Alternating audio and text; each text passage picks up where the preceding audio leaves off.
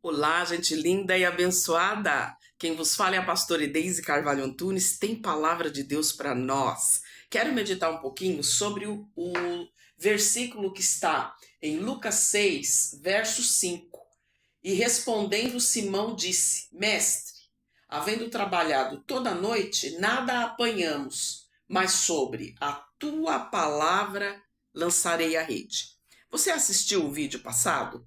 Assiste ele vem falar sobre o tema, o que Deus não pode fazer. Eu falei neste vídeo, passado, que Deus não pode mentir e Deus não perde os seus atributos, a sua qualidade, se é a palavra que a gente pode usar, seria uma outra, porque Deus não tem nem palavras para a gente se reportar a Ele, da grandeza, da misericórdia, da bondade do Senhor, da sua santidade, não é isso? Mas a gente usa algumas palavras para a gente poder entender. Tem também uma coisa que eu deixei isolada, essa parte eu deixei isolada para falar somente dela, que é algo também que Deus não faz, além de não mentir, além de não deixar de ser Deus, além de não perder, os seus adjetivos. Deus não faz aquilo que nós podemos fazer. Deus não faz a nossa parte, a minha parte e a tua parte. Aqui nessa passagem bíblica, nós vemos que Jesus chegou diante dos seus discípulos, que já estavam um longo tempo tentando pescar e nada apanharam. E aí Jesus falou, volta lá. Mas com a ótica humana, eles falaram, Senhor, mas já é de madrugada, já está amanhecendo o dia e nós estamos cansados e nada nós pegamos, nada nós apanhamos. Ele falou, olha, vai lá e joga do lado certo, joga do lado direito, volta lá outra vez, joga naquele perímetro que eu estou demarcando para vocês. Eles voltaram lá e a palavra vem falar que eles apanharam 153 grandes peixes, que a rede até estava quase que se rompendo do peso, da quantidade de peixes que eles apanharam. Então, Jesus poderia ordenar e os peixes virem até a praia? Quantas vezes nós vemos alguns fenômenos de que as pessoas chegam na praia e está cheio de peixe, a água trouxe. Mas os discípulos tinham que fazer a sua parte. Eles tinham que voltar lá, lançar a rede novamente, mas sobre a palavra. Não apanhamos nada, mas sobre a tua palavra lançarei a rede novamente. Então, a minha parte, a tua parte, nós temos que fazer. Ainda que na nossa ótica, no nosso entendimento, a gente diga assim, está fora de cogitação, isso daí não tem possibilidade, nós já fizemos tudo. Deus não trabalha segundo o nosso entendimento, segundo aquilo que nós enxergamos.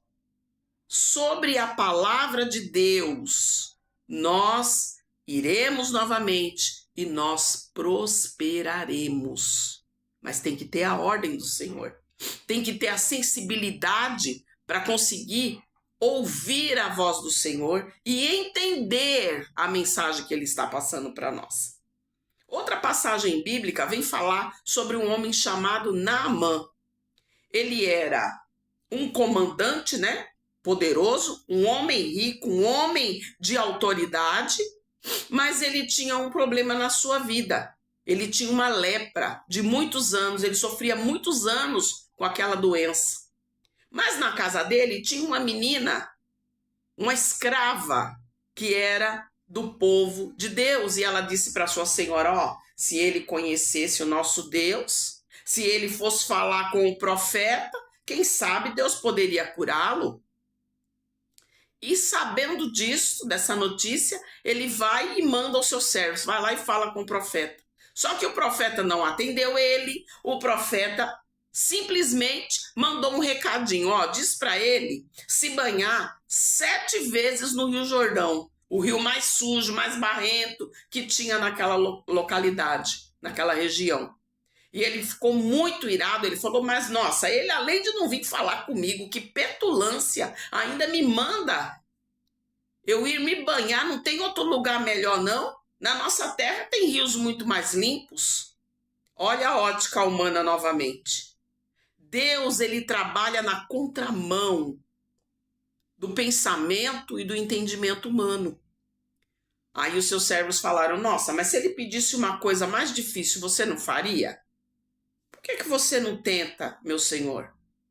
Ele foi, se banhou a primeira, a segunda, a terceira. Quando ele submergiu da água daquele rio pela 7ª vez, a sua pele ficou limpa como a pele de uma criança. Então ele tinha que passar o processo, ele tinha que vencer o orgulho, ele tinha que vencer esse obstáculo. Para ele era um obstáculo. Quantas vezes a gente não quer diminuir, a gente não quer baixar a bola? Outra passagem para a gente finalizar é a de Lázaro.